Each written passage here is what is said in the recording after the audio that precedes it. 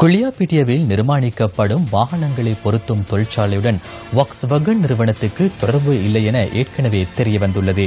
இந்த நிலைமையின் கீழ் பிரதமரால் அடிக்கல் நாட்டப்பட்ட ஹொரனை டயர் உற்பத்தி தொழிற்சாலை முதலீடு தொடர்பிலும் சந்தேகம் எழுந்துள்ளதாக இன்றைய சண்டே டைம்ஸ் பத்திரிகை தகவல் வெளியிட்டுள்ளது.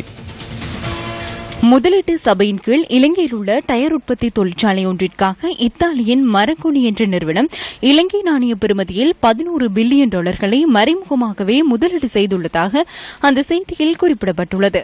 இந்த பெறுமதியில் $75 மில்லியன் அமெரிக்க மரக்கோனி என்ற நிறுவனம் முதலீடு செய்துள்ளதாகவும் இதற்காக முன்னணி வர்த்தகர்களில் ஒருவரான நந்தன லொக்கவிதானவே முதலீடு செய்துள்ளதாகவும் சண்டே டைம்ஸ் சுட்டிக்காட்டியுள்ளது.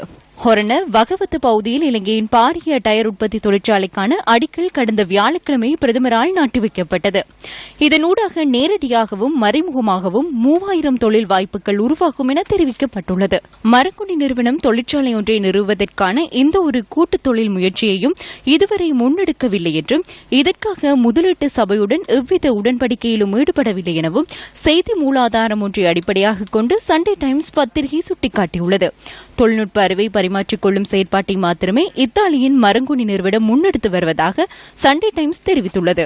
இதனூடாக மரங்கோனி நிறுவனம் டயர் உற்பத்தியுடன் நேரடியாக தொடர்பு படவில்லை என்றும் அந்த செய்தியில் குறிப்பிடப்பட்டுள்ளது.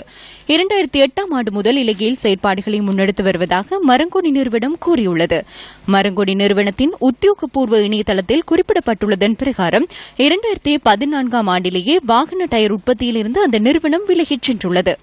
சண்டே டைம்ஸ் பத்திரிகையில் வெளியாகியுள்ள தகவல்களின் பிரகாரமும் மரக்குடி நிறுவனத்தின் தெளிவுபடுத்தலின்படியும் $75 மில்லியன் அமெரிக்க பெறுமதியான இந்த டயர் உற்பத்தி தொழிற்சாலைக்கு நிதியை வழங்கியுள்ளது யார் என்பது தொடர்பில் தொடர்ந்தும் தெளிவில்லாத நிலையே காணப்படுகின்றது.